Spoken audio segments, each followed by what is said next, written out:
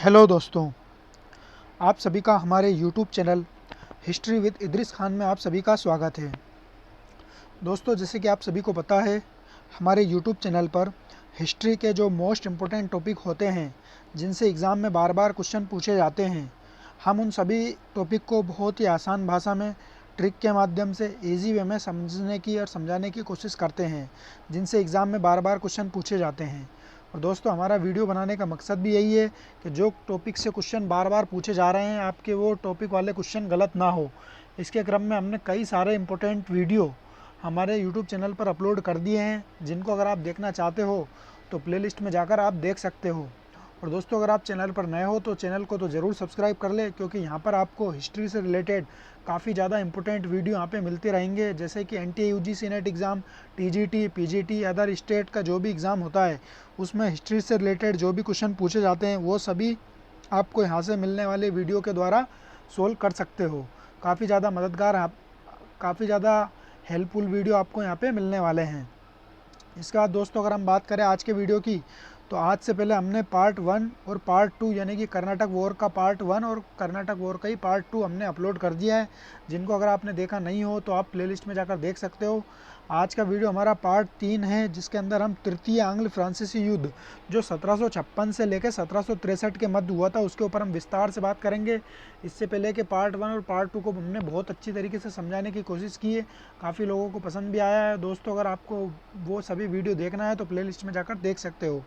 तो आज का वीडियो हम पार्ट 3 लेकर आए हैं, जिसके अंदर हम तृतीय आंग्ल फ्रांसीसी युद्ध को बहुत ही अच्छी तरीके से, बिल्कुल डिटेल्ड में, जो भी एग्ज़ाम के पॉइंट ऑफ व्यू से जो जो फैक्ट वगैरह है, वो सारी चीज़ें हम यहाँ समझने की कोशिश करेंगे। तो वीडियो बहुत ही ज़्यादा इंपॉर्टेंट रहने वाला है, तो आपको वीडियो को बिल्कुल भी स्किप नहीं करना है, वीडियो को अंत तक ज़रूर देखना है, जिससे आपके जो भी डाउट है, जो भी आपके कन्फ्यूजन है, वो बिल्कुल आसान भाषा में, बिल्कुल ईजी वे में यहाँ पे क्लियर होने वाले हैं। तो दोस्तों, बिना समय गवाए चलते हैं हमारी स्लाइड के ऊपर, जहाँ हम इस टॉपिक को डिस्कस करने वाले हैं।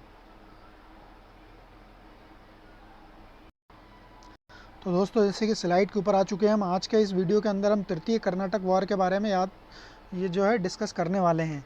इससे पहले कि हमने 2 वीडियो ऑलरेडी बना चुके हैं, जिसमें पार्ट 1 में हमने प्रथम कर्नाटक वॉर जो आंग्ल फ्रांसीसी युद्ध हुआ था, जिसका तात्कालिक कारण सब जो हमारा ऑस्ट्रिया के अंदर उत्तराधिकार का संघर्ष हुआ था, उसको लेकर भारत के अंदर भी अंग्रेज़ों के बीच में और फ्रांसीसियों के मध्य में युद्ध हो जाता है। और उस युद्ध के बाद मद्रास के ऊपर फ्रांसीसी लोग कब्जा कर लेते हैं, और कब्जा करने के बाद गोडेयू आके वहाँ से फिरौती लेकर, और फ्रांसीसियों ने जो कब्जा कर रखा था मद्रास, वो अंग्रेज़ों को दे दिया जाता है। और अंग्रेज़ों को देने के बाद डुप्ले उसके ऊपर फिर से कब्जा कर लेता है। डुप्ले अनवरुद्दीन जो कर्नाटक का नवाब होता है, उससे प्रॉमिस कर फिर से मद्रास के ऊपर कब्जा कर लेता है, और मद्रास को जो है अनवरुद्दीन को नहीं देता है। और इसी बीच में अनवरुद्दीन और डुप्ले के बीच में युद्ध होता है, जो हमारा सेंट थॉम का युद्ध होता है, और वही हमारा फर्स्ट कर्नाटक वॉर होता है। उस युद्ध में फ्रांसीसी गवर्नर जो डुप्ले होता है, वो अनवरुद्दीन की सेना को पराजित कर देता है, और इसके बाद पेरिस की संधि हो जाती है और एसला सापल की संधि हो जाती है। उसी संधि के बाद हमारा फर्स्ट कर्नाटक वॉर समाप्त हो जाता है।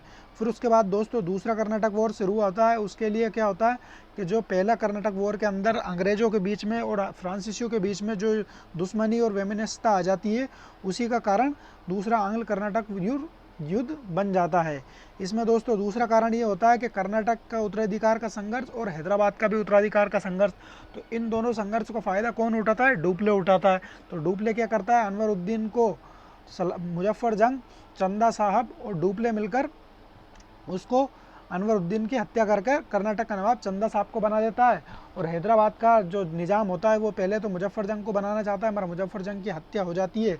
इसी बीच में उसके दूसरा भाई होता है एक सलावत जंग, नासिर जंग का भाई सलावत जंग होता है, उसको हैदराबाद का नवाब बना देता है, हैदराबाद का निज़ाम बना देता है। इस तरीके से दोस्तों दूसरे युद्ध में भी, दूसरा जो कर्नाटक वॉर होता है, उसमें भी जो डुप्ले होता है उसका पल्ला भारी होता है। फिर बाद में जाके रॉबर्ट क्लाइव चाल चलता है, और इस तरीके से दोस्तों कर्नाटक का नवाब की हत्या करवा दी जाती है, और हत्या करके वहाँ पे मोहम्मद अली को कर्नाटक का नवाब बना दिया जाता है। तो कर्नाटक में जो सरकार रहती है, वो अंग्रेज़ों की समर्थित सरकार रहती है, जहाँ पे दोस्त अनवरुद्दीन का पुत्र होता है मोहम्मद अली, वो कर्नाटक का नवाब होता है।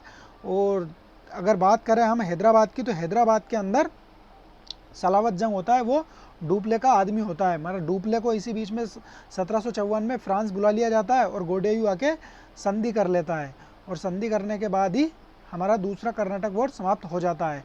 अब उसी संधि के बाद अब आज का वीडियो हम देखने वाले हैं कि आज के वीडियो में हम तीसरा कर्नाटक वॉर पढ़ेंगे, किस तरीके से इसकी पृष्ठभूमि बनी थी, तीसरा कर्नाटक वॉर किस तरीके से शुरू हुआ था। तो दोस्तों देख लेते हैं युद्ध का स्वरूप किस तरीके से बनता है। जैसे पांडिचेरी की संधि होती है, ये 1756 में ये पांडिचेरी की संधि होती है, और संधि होने के पश्चात ही दूसरा कर्नाटक वॉर समाप्त हो जाता है। तो देख लेते हैं ये दूसरी जो ये पांडिचेरी की जो संधि गोडेयू और अंग्रेजों के बीच में होती है, वो संधि अस्थायी सिद्ध हुई, क्योंकि इसका अनुमोदन दोनों देशों की सरकारों द्वारा किया जाना था। लेकिन 1756 ईस्वी में अंग्रेजों और फ्रांसीसियों के मध्य सप्तवर्षीय युद्ध आरंभ हो गया, तो दोनों पक्षों ने भारत में भी युद्ध प्रारंभ कर दिया। जिस तरीके से हमने देखा था दोस्तों फर्स्ट कर्नाटक वॉर में उत्तराधिकार का संघर्ष ऑस्ट्रिया के मध्य हुआ था, ऑस्ट्रिया को लेकर फ्रांस और इंग्लैंड के मध्य हुआ था। मगर होता क्या दोस्तों, जब ये लोग यूरोप के अंदर झगड़ा करते हैं जब तो वही झगड़ा इनका भारत के अंदर भी देखने को मिलता है, क्योंकि भारत के अंदर भी इन्हीं लोगों की कंपनी के आदमी रहते हैं। तो वही झगड़ा अब यहाँ पे जैसे 1756 में सप्तवर्षीय युद्ध शुरू होता है इंग्लैंड के मध्य और फ्रांस के मध्य, तो वही युद्ध इनका भारत के अंदर भी शुरू हो जाता है। तो भारत के अंदर शुरू होने के लिए दोस्तों यहाँ पे एक पांडिचेरी की संधि होती है, उस संधि को तोड़ दिया जाता है। उस संधि को तोड़ने के बाद अब यहाँ पे युद्ध हो जाता है। युद्ध होता है तो किस तरीके से होता है दोस्तों, युद्ध होने के पश्चात फ्रांसीसी गवर्नर बना के यहाँ पे पहुँचाया जाता है काउंट डी लाली को, और काउंट डी लाली जब तक भारत के अंदर आता है तो उस समय तक अंग्रेज़ों का बंगाल के ऊपर कब्जा हो जाता है। तो दोस्तों उसको ये पता नहीं रहता कि बंगाल में इनका कब्जा हो गया है और अंग्रेज़ इतने ज़्यादा शक्तिशाली हो गए हैं। वो फिर भी आता है और आकर सबसे पहले वो जो फ्रांसीसी एरिया होता है पांडिचेरी, उसके मध्य आपने एक हमारे फर्स्ट कर्नाटक वॉर में पढ़ा था कि सेंट डेविड की एक बस्ती होती है, फोर्ट सेंट डेविड की, उस बस्ती के ऊपर घेरा डाल देता है। कौन आकर घेरा डालता है, काउंट डी लाली सबसे पहले आकर फोर्ट डेविड के ऊपर घेरा डाल देता है। और घेरा इतना लंबा डालता है दोस्तों, इतना लंबा डालता है कि उसके ऊपर फिर घेरा उठाना पड़ता है। कहने का मतलब ज़्यादा समय हो जाता है, तो उसी बीच में अंग्रेज़ सेना आकर काउंट डी लाली को घेर लेती है। तो काउंट डी लाली को अपना घेरा हटाना पड़ता है फोर्ट सेंट डेविड से। फिर इसी बीच में क्या करता है दोस्तों, फोर्ट सेंट डेविड से घेरा हटाकर तंजौर के ऊपर घेरा डाल देता है। तो तंजौर से उसके 56 लाख रुपए लेना रहते थे, तो 56 लाख रुपए वसूल करने के लिए काउंट डी लाली फोर्ट सेंट डेविड से घेरा हटाकर तंजौर के ऊपर घेरा डाल देता है। तो तंजौर के ऊपर भी घेरा काम नहीं आता है, और बहुत समय के बाद यहाँ से भी इसको कोई लाभ नहीं मिलता है, तो यहाँ से भी अपना ये घेरा हटा लेता है। अब क्या करता है दोस्तों, अब इसके पास एक ही चारा होता है, मद्रास के ऊपर घेरा डालना रहता है। अब मद्रास के ऊपर घेरा डालने के लिए क्या करता है दोस्तों, ये अकेला घेरा डालना नहीं चाह रहा है, क्योंकि अकेला अगर घेरा डालेगा तो ये पिट जाएगा। तो ये क्या करता है, हैदराबाद के अंदर निज़ाम इनका रहता है। हैदराबाद का निज़ाम कौन रहता है इस समय, सलावत जंग। और आप सभी को पता होना चाहिए दोस्तों, सलावत जंग के साथ डुप्ले जब गवर्नर था तो डुप्ले ने सलावत जंग के साथ बुस्सी को यहाँ पे अपॉइंट कर रखा था। तो बुस्सी एक अंग्रेजी अधिकारी था जो सलावत जंग के साथ हैदराबाद के अंदर रहता था। तो जो काउंट डी लाली था उसने अपने दोस्त जो अपना अधिकारी था फ्रांसीसी अधिकारी बुस्सी को यहाँ से बुला लिया। बुस्सी को यहाँ से बुलाकर काउंट डी लाली और बुस्सी दोनों ने मिलकर यहाँ मद्रास के ऊपर घेरा डाल दिया, मतलब मद्रास के ऊपर आक्रमण कर दिया। अब मद्रास के ऊपर जैसे आक्रमण कर दिया दोस्तों, तो जो यहाँ पे जगह थी हैदराबाद वाली, ये हैदराबाद वाली जगह खाली हो गई। कहने का मतलब यहाँ से फ्रांसीसी प्रभाव जैसे ख़त्म हुआ, तो जैसे फ्रांसीसी प्रभाव ख़त्म होता है दोस्तों, तो जो अंग्रेज़ अधिकारी होता है फोर्ड, वो कर्नाटक के ऊपर अधिकार, कर्नाटक तो नहीं, ये हैदराबाद के ऊपर जो बुस्सी यहाँ से हट जाता है, तो हैदराबाद के ऊपर आक्रमण कर हैदराबाद के ऊपर अपना अधिकार कर लेता है। और इसी बीच हैदराबाद का जो निज़ाम होता है सलावत जंग, वो डर जाता है, और डर के मारी ये फ्रांसीसियों का पाला बदलकर अंग्रेज़ों के पाले में चला जाता है। तो इस तरीके से दोस्तों अंग्रेज़ों का अधिकार हो जाता है किसके ऊपर, जो हैदराबाद होता है उसके ऊपर अंग्रेज़ों का अधिकार हो जाता है। इसी बीच में दोस्तों अब यहाँ पे इन लोगों ने दोनों ने घेरा डाल रखा है, किसने, काउंट डी लाली ने और बुस्सी ने। अब ये दोनों लोग इतना लंबा घेरा डाल देते हैं, इतना लंबा घेरा डाल देते हैं कि इनकी सेना बंगाल से चलकर, मतलब बारिश में घेरा डालते हैं, तो बारिश खत्म होने के पश्चात बंगाल से अंग्रेजी सेना चलकर मद्रास आ जाती है। तो जैसे मद्रास आती है तो इनको फिर यहाँ से घेरा हटाना पड़ता है, क्योंकि बंगाल से जो सेना आती है वो शक्तिशाली सेना रहती है और काफ़ी ज़्यादा संख्या में और काफ़ी ज़्यादा सुसज्जित, और नौसेना जो आप सभी जानते हो कि अंग्रेज़ों की जो नौसेना थी वो काफ़ी ज़्यादा शक्तिशाली थी। तो उस शक्तिशाली सेना के आगे काउंट डी लाली को फिर ये घेरा हटाना पड़ता है। इसी बीच 1 साल तक छुटपुट लड़ाइयाँ दोनों के बीच में चलती रहती है। 1 साल के पश्चात 1760 में जाकर वांडीवास का युद्ध होता है। तो वांडीवास का युद्ध में जाकर इसको पराजित कर दिया जाता है। जो काउंट डी लाली होता है उसको पराजित कर दिया जाता है, और जो बुस्सी होता है उसको पकड़कर कैद कर लिया जाता है। इसी बीच में दोस्तों 1761 में पूरी तरीके से इनको हरा दिया जाता है। और 1761 के पश्चात जब 1763 आता है तो 1763 के अंदर पेरिस की संधि होती है। पेरिस की संधि कहाँ होती है दोस्तों? पेरिस की संधि होती है यूरोप के अंदर। जैसे ही 1763 में पेरिस की संधि होगी और सप्तवर्षीय युद्ध समाप्त होगा, उसी समय पेरिस की संधि के साथ ही भारत के अंदर भी युद्ध की समाप्ति हो जाती है। और युद्ध की समाप्ति होने के पश्चात ही अंग्रेज़ों द्वारा फ्रांस को बिल्कुल निर्बल और बिल्कुल जो भी इनकी ताकत रहती है, जो भी सेना वगैरह रहती है, सबको समाप्त कर इनको एक व्यापारिक कंपनी के रूप में भारत के अंदर रहने की अनुमति देती है।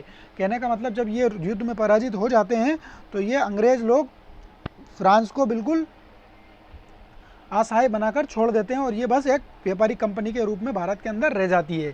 तो ये सारी चीज़ें अभी घटनाक्रम हम फैक्ट के रूप में अब पढ़ेंगे। इस तरीके से हमने अब समझाने की कोशिश की थी, अब हम फैक्ट के रूप में जानेंगे तो किस तरीके से ये पूरा घटनाक्रम घटा है। तो हमने पहला पॉइंट तो देख लिया कि पांडिचेरी की संधि आहिस्ता ही सिद्ध होती है और 1756 में सप्तवर्षीय युद्ध शुरू हो जाता है। तो सप्तवर्षीय युद्ध जैसे ही शुरू होता है फ्रांस और इंग्लैंड के मध्य, उसी तरीके से संधि वगैरह ये जो भारत के अंदर रहती है ये सारी संधियाँ टूट जाती है। अब बंगाल के ऊपर अंग्रेज़ों का अधिकार किस तरीके से होता है?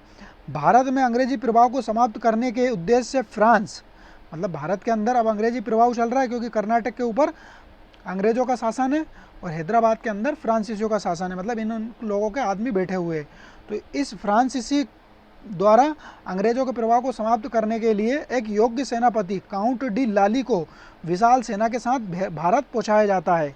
अब दोस्तों काउंट डी लाली 1758 में, अभी 1756 में तो यहाँ से चला है, 1756 में ये फ्रांस से चला है, पर भारत आते आते ये 1758 हो जाता है। अब दोस्तों ये 1758 में जब भारत पहुंचता है उससे पहले ही 1757 में प्लासी का युद्ध हो जाता है भारत के अंदर, और प्लासी का युद्ध होने के पश्चात ही बंगाल अंग्रेज़ों के अधीन आ जाता है। और बंगाल जैसे अंग्रेज़ों के पास आता है दोस्तों, आप सभी को पता होना चाहिए कि बंगाल जैसे अंग्रेज़ों के पास आ जाता है तो बंगाल आने के बाद अंग्रेज़ों को किसी भी चीज़ की कोई भी कमी नहीं रहती है। राजस्व मिल जाता है, सेना मिल जाती है, पैसा मिल जाता है, ज़मीन मिल जाती है। तो ये सारी चीज़ें इनको जब मिल जाती है तो ये काफ़ी ज़्यादा शक्तिशाली हो जाते हैं और अपनी इस पैसे का, इस शक्ति का, इस सेना का उपयोग कहाँ करते हैं? भारत के अंदर साम्राज्य को विस्तार करने में, कंपनियों को हराने में, दूसरी जितने भी इनके प्रतिद्वंदी रहती है उन लोगों को हराने का कार्य अंग्रेज इसके द्वारा करते हैं। तो दोस्तों काउंट डी लाली को ये पता नहीं रहता, 1758 में भारत पहुंचता है और इससे पूरी बंगाल विजय प्राप्त हो जाती है। 1757 में क्लाइव ने वॉटसन के सहयोग से बंगाल के नवाब सिराजुद्दौला को प्लासी के युद्ध में पराजित कर दिया था। तो दोस्तों ये प्लासी के युद्ध में पराजित कर दिया था, तो ये पराजित कर दिया था, उसके पश्चात काउंट डी लाली जो है भारत आता है। इसके बाद देख लेते दोस्तों, अब जैसे काउंट डी लाली जो है भारत आएगा तो काउंट डी लाली आते से ही भारत के ऊपर अब घेरा डालना शुरू करेगा। अब इसे अंग्रेज़ों की ताकत के बारे में तो पता नहीं है, अब ये आके डायरेक्ट उल्टी सीधी हरकतें करना स्टार्ट कर देगा। तो ये सबसे पहले आकर सेनापति लाली ने आते ही अंग्रेज़ों की एक फोर्ट सेंट डेविड को घेर लिया और जून 1758 पर उस पर अधिकार कर लिया। तो यहाँ पे एक पांडिचेरी है, यहाँ पे मद्रास है, और इस पांडिचेरी का जो हेड ऑफिस है, पांडिचेरी पे जो अधिकार है वो फ्रांसीसियों का है। मगर यहीं पे एक फोर्ट सेंट डेविड नाम की एक बस्ती होती है, उस बस्ती के ऊपर जैसे ही लाली आता है फ्रांस से, और लाली आकर फोर्ट सेंट डेविड के ऊपर आक्रमण कर उसे घेर लेता है और जून 1758 पर उस पर अधिकार कर लेता है। उसके बाद क्या करता है दोस्तों, उसके उपरांत उसने तंजौर का घेरा डाल दिया। अब तंजौर जो है दोस्तों यहीं पे, तंजौर से भी इसकी तनातनी चली रही थी। आपने देखा था कि जो द्वितीय कर्नाटक युद्ध हुआ था उसी समय अंग्रेजों ने तंजौर के उत्तराधिकार के संघर्ष में भाग लेकर वहाँ से एक जो क्षेत्र था उसके ऊपर अधिकार कर रखा था। तो ये चीज़ बुरी लग रही थी इन लोगों को, तो इन्होंने आके तंजौर के ऊपर भी घेरा डाल दिया। तो काउंट डिलाली पहले तो फोर्ट सेंट डेविड को जीतता है, उसके बाद तंजौर के ऊपर घेरा डाल देता है और वहाँ से 56 लाख रुपए प्राप्त करने का प्रयास करता है दोस्तों। 56 लाख रुपए इनको लेना थे, तो उसी पैसों लेने के लिए यहाँ पे तंजौर के ऊपर घेरा डाल दिया जाता है। घेरा ज़्यादा लंबा होने की वजह से अंग्रेज़ों ने इसका लाभ उठाया और अंग्रेजी बेड़ा बंगाल से यहाँ पहुँच गया, जिससे तंजौर का घेरा उठाना पड़ा। दोस्तों जैसे ही अंग्रेज़ों की नौसेना तंजौर के ऊपर आती है तो काउंट डिलाली को अपना घेरा उठाना पड़ता है। तो ये चीज़ें यहाँ पे देख सकते हो आप। फोर्ट सेंट डेविड के ऊपर पहले आके आक्रमण करता है, तो फोर्ट सेंट डेविड के ऊपर तो अधिकार कर लेता है, उसी बीच में उसका अधिकार के पश्चात तंजौर के ऊपर घेरा डालता है और तंजौर का घेरा इतना लंबा चलता है कि जो बंगाल की सेना आकर यहाँ पर पहुँच जाती है। तो उस जब सेना यहाँ पे पहुँचती है तो काउंट डिलाली को ये घेरा उठाना पड़ता है, तो ये घेरा असफल रहता है। अब इसके बाद दोस्तों, अब यहाँ से तो इसका दो चीज़ें हो गई है। अब इसके बाद क्या करेगा ये, अब मद्रास के ऊपर घेरा डालेगा। काउंट डिलाली का अब दिमाग नहीं चल रहा है, तो काउंट डिलाली क्या करेगा, मद्रास के ऊपर घेरा डाल देते हैं। क्या सोचेगा क्या मद्रास के ऊपर ही घेरा डाले? तो काउंट डिलाली क्या करेगा दोस्तों, अपने सेनापति लाली मद्रास पर आक्रमण करने का सोचा, इसलिए उसने हैदराबाद के सेनापति बुस्सी को बुला लिया। अब यहीं पे ये गलती कर देता है दोस्तों, ये बुस्सी को बुलाना नहीं था, मगर ये क्या करता है, बुस्सी को यहाँ से बुला लेता है और बुस्सी को जैसे यहाँ से बुलाएगा तो अंग्रेज़ अधिकारी क्या करेंगे, हैदराबाद के ऊपर आक्रमण कर कर हैदराबाद पर कब्जा कर लेंगे। और हैदराबाद का जो नवाब होता है सलावत जंग, वो अंग्रेज़ों से मिल जाता है डर की वजह से, क्योंकि अब अंग्रेज़ों ने उसके ऊपर अधिकार कर लिया, अब उसकी मौत थोड़ी करवाना है उसको। अगर इसका विरोध करेगा तो वो तो निश्चित है कि उसको हारना है, मगर वो क्या करेगा, फ्रांसीसियों का पाला बदल कर अंग्रेज़ों के पाले में चला जाएगा। अब बुस्सी भाई साहब जैसे यहाँ से हटेंगे तो क्या होगा, बुस्सी का हैदराबाद के हट जाने पर ही अंग्रेज कर्नल फोर्ड उत्तरी सरकार पर अधिकार कर लिया और डर के कारण निजाम सलावत जंग भी अंग्रेज़ों से जा मिला। तो ये अंग्रेज़ों से जाकर मिल जाता है सलावत जंग। कब मिल जाता है, जब उत्तरी सरकार के ऊपर। अब ये उत्तरी सरकार क्या थी दोस्तों, उत्तरी सरकार को सेकंड कर्नाटक वॉर में जब सलावत जंग को यहाँ का निज़ाम बनाया था तो डुप्ले को इसने गिफ्ट किया था। उत्तरी सरकार के जो ज़िले थे वो डुप्ले को गिफ्ट किया था, मगर जैसे ही यहाँ से बुस्सी को हटा लिया जाता है तो फोर्ड जाकर उत्तरी सरकार के ऊपर कब्जा कर लेता है और ये अंग्रेज़ों के अधीन चले जाते हैं। अब कई दिनों के मद्रास घेरे के पश्चात वर्षा ऋतु समाप्त होती है। तो दोस्तों अब यहाँ तो बुस्सी और लाली लगे हुए हैं मद्रास के ऊपर घेरा डालने में। इनको पता ही नहीं है कि यहाँ से हमारे उत्तरी जो सरकार थी, उत्तरी जो ज़िले थे वो, और हैदराबाद का जो निज़ाम था वो अंग्रेज़ों से जाके मिल गया। ये पागल लोग दोनों इसी के चक्कर में रह गए, मद्रास के ऊपर कब्जा करने के चक्कर में। अब मद्रास के कब्जा करने में भी इतना टाइम लगा दिया इन्होंने कि बारिश जो है समाप्त हो जाती है, और बारिश समाप्त होने के पश्चात ही अब ये कलकत्ता से यहाँ से सेना फिर से चलती है। जैसे तंजौर में सेना चली थी उसी तरीके से कलकत्ता से सेना आती है, और कलकत्ता से जैसे ही सेना आती है तो जो ये लाली है इसको फिर से यहाँ से अपना घेरा हटाना पड़ता है, क्योंकि कलकत्ता की जो सेना आती है वो भारी रहती है और उसकी जो नौसैनिक शक्ति रहती है वो भी काफ़ी ज़्यादा हाई रहती है। तो इस वजह से जो लाली है उसको फिर से अपना घेरा उठाना पड़ जाता है। अब उठाने के बाद ही दोस्तों आरसी मजूमदार का एक स्टेटमेंट आता है ये सारे घटनाक्रम को देखकर। तो आरसी मजूमदार ने एक बात बोली है कि इस अपमानजनक असफलताओं ने भारत पर फ्रांसीसियों के भाग्य का सब प्रकार से द्वार बंद कर दिया। तो अपमानजनक असफलता क्यों दोस्तों, पहले इसने तंजौर के ऊपर डाला तो तंजौर से भी इसको घेरा उठाना पड़ा। फोर्ट सेंट डेविड के ऊपर तो खैर रहना दो, मगर मद्रास के ऊपर फिर इसने घेरा डाला तो मद्रास के ऊपर से भी इसको उठाना पड़ा।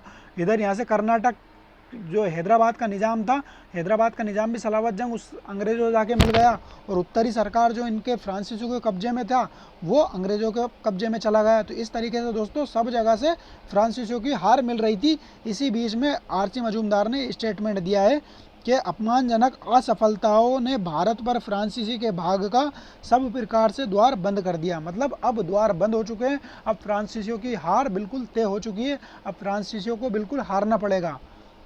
अब इसके बाद क्या होता है दोस्तों, अब युद्ध होता है यहाँ पे इनका वांडीवास का युद्ध। वांडीवास का युद्ध होता है किस तरीके से देख लेते हैं दोस्तों। मद्रास के घेरे के एक वर्ष पश्चात, अब 58 में आता है दोस्तों, 58 में लाली आता है, 59 में घेरा होता है और 59 में घेरा होने के बाद मतलब 1 साल तक, 59 से लेकर 60 तक, 1 साल तक अंग्रेज़ों और फ्रांसीसियों के मध्य छोटी छोटी झड़पें होती रहती है। मतलब थोड़ा बहुत फ्रांसीसियों ने मारा, थोड़ा बहुत अंग्रेज़ों ने मारा, फिर फ्रांसीसियों ने, फिर अंग्रेज़ों ने, इस तरीके से 1 साल तक झड़पें चलती रहती है। अब 1 साल तक झड़पें चलती रही, उसके पश्चात क्या होता है, अंत में एक योग्य एवं अनुभवी अंग्रेज सेना नायक आता है। अभी तो फोर्ट चल रहा था, अब एक और मल्टी टैलेंटेड इंसान आता है। अंग्रेज़ों के पास तो सेना नायकों की कमी है ही नहीं है। थॉमस वगैरह और फोर्ड है, रॉबर्ट क्लाइव है, ये सारे अंग्रेज़ों के सेनाधिकारी थे। तो इसी बीच में सर आयरकूट आते हैं। अब सर आयरकूट भी आप जानते होंगे, इन्हीं सर आयरकूट ने द्वितीय जो कर्नाटक वॉर हुआ था उसमें हैदर अली को पराजित किया था। तो वही आयरकूट यहाँ पे 1760 में अपना पराक्रम दिखाने के लिए आया है। तो इसने एक विशाल सेना के साथ मद्रास पहुँचा। तो सर आयरकूट को पहुँचा के जाओ, मद्रास के अंदर जाओ और ये लाली वगैरह ये जो ज़्यादा मतलब उछल रहे हैं इनको लाल करके आओ। तो अब ये क्या करेंगे दोस्तों, फ्रांसीसी की सेना को वंडीवास नामक स्थान पर बुरी तरह पराजित कर दिया। अब जैसे ही ये सर आयरकूट अपनी सेना लेकर आता है तो फ्रांसीसियों के मध्य और अंग्रेज़ों के मध्य इतना भयानक युद्ध होता है कि फ्रांसीसियों को बुरी तरीके से सर आयरकूट की सेना वाश कर देती है। इतना धोया इन लोगों को, फ्रांसीसियों को। इसी तरीके से इस युद्ध का नाम वांडीवास पड़ जाता है। मतलब ये मजाक के तौर पे बता रहा हूँ, मगर वांडीवास के युद्ध में खास तौर पर फ्रांसीसियों को वाश कर दिया।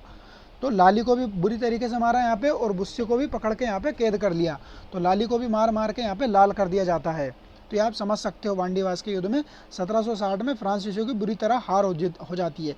1761 में अंग्रेजों ने पांडिचेरी के ऊपर अधिकार कर लिया और युद्ध समापन पेरिस की संधि 1763 में होता है। तो दोस्तों मद्रास के ऊपर इन्होंने आक्रमण करके फ्रांसीसियों को भगाया, जो भगाया इन्होंने फ्रांसीसियों की जो बस्ती थी पांडिचेरी उसके ऊपर भी अधिकार कर लिया कि बेटा आपने हमारी बस्ती के ऊपर आक्रमण करने का सोच कैसे लिया, आप हमारी बस्ती को मारा, जो मारा हमने आपकी बस्ती के ऊपर भी और कब्जा कर लिया। तो पांडिचेरी के ऊपर भी कब्जा कर लेते हैं 1761 में।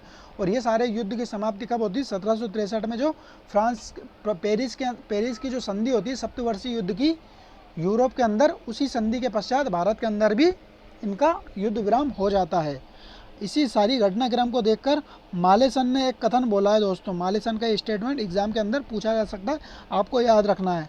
तो इन्होंने बोला है, इस युद्ध ने उस भवन को जिसे मार्टिन ड्यूमा तथा डुप्ले ने बनाया था धूल दूषित कर दिया। तो लाली ने दोस्तों ड्यूमा और डुप्ले द्वारा बनाया गया भवन को धूल दूषित करने का कार्य किया है। ये स्टेटमेंट किसने बोला है, मालेसन ने बोला है। ये आपको याद रखना है, ये स्टेटमेंट काफ़ी ज़्यादा इंपॉर्टेंट है, कई सारे एग्जामों में ये पूछा जा चुका है। अब इसके बाद हम बात कर लेते हैं दोस्तों पेरिस की संधि की। अब पेरिस की संधि क्या होती है, अब ये तो फॉर्मेलिटीज़ बची है। 10 फरवरी 1763 को पेरिस की संधि होती है। यूरोप में फ्रांसीसियों और अंग्रेज़ों के मध्य ये संधि हुई है। अब जैसे ही यूरोप के अंदर ये संधि होगी तो भारत के अंदर भी ये लोग इस संधि के प्रावधान को मानेंगे और अपना युद्ध विराम कर लेंगे। तो यहाँ पे क्या होता है दोस्तों, भारत के अंदर इसके फलस्वरूप भारत में भी दोनों पक्षों के मध्य युद्ध की समाप्त हो गया। अंग्रेजों ने चंद्रनगर को छोड़कर शेष अन्य प्रदेश फ्रांसीसियों के अधिकार में 1749 तक थे वापस कर दिए।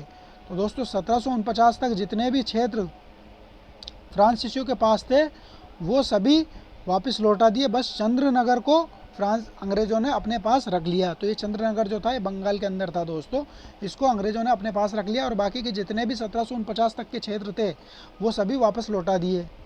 इसके बाद दोस्तों फ्रांसीसियों को भारत में सेना नहीं रखेंगे। मतलब फ्रांसीसियों को बोल दिया कि आप सेना वेना मत रखो भैया, बहुत लड़ाई झगड़े हो गए, अब आपका सेना वेना रखने का काम ख़त्म। लाली वगैरह को इनको भगाओ यहाँ से और सेना वगैरह रखना बंद करो। आपको व्यापार वगैरह करना है, दुकानदारी करना है, अपना धंधा पानी करो और बढ़िया से रहो। तो इसी तरीके से दोस्तों ये 1763 के बाद से अब ये सेना वगैरह रखना बंद कर देता और पांडिचेरी के अंदर ये अपना व्यापार वगैरह ये चलाते रहते थे। तो ये आज़ाद भारत के 1964 तक ये पांडिचेरी के अंदर अपना उपनिवेश बना के रखे हुए थे। फ्रांस वाले जो फ्रांसीसी कंपनी थी, ये आज़ादी के बाद सबसे अंत में ये भारत से गए हैं। तो आप समझ सकते हो दोस्तों 1754 या 56 में फ्रांसीसी जो पांडिचेरी अपने भारत को सौंपकर चले जाते हैं। 1761 में तो गोवा को पुर्तगाली देकर जाते हैं, बस 1754 या 56 के मध्य ये 1954 या 56 के मध्य ये लोग भारत को पांडिचेरी सौंपकर चले जाते हैं। तो ये सारी चीज़ें यहाँ पे होती है दोस्तों। तो आज के वीडियो में हमने आपको थोड़े अच्छी तरीके से समझाने की कोशिश की। अगर आपको वीडियो पसंद आया तो वीडियो को लाइक करें, कमेंट्स करें अगर वीडियो पसंद आया है तो भी, और कमेंट्स करें वीडियो पसंद नहीं आया तो भी। चैनल पर अगर नए हो तो चैनल को तो ज़रूर सब्सक्राइब कर ले, क्योंकि हिस्ट्री से काफ़ी रिलेटेड काफ़ी ज़्यादा इंपॉर्टेंट वीडियो आपको यहाँ पे अवेलेबल करवा दी जाती है। इसके अलावा आपको समस्त वीडियो के PDF अगर आपको प्राप्त करना है तो आप हमारे टेलीग्राम चैनल इतिहास का किला में आप ज्वाइन कर सकते हो। वहाँ पे आपको PDF प्रोवाइड करवा दी जाएगी। तो दोस्तों, वीडियो अगर आपको पसंद आए तो वीडियो को लाइक कर ले, और वीडियो में जो अगर कोई प्रॉब्लम हो तो कमेंट्स करके ज़रूर बताएं। चैनल को सब्सक्राइब कर ले। थैंक यू, धन्यवाद।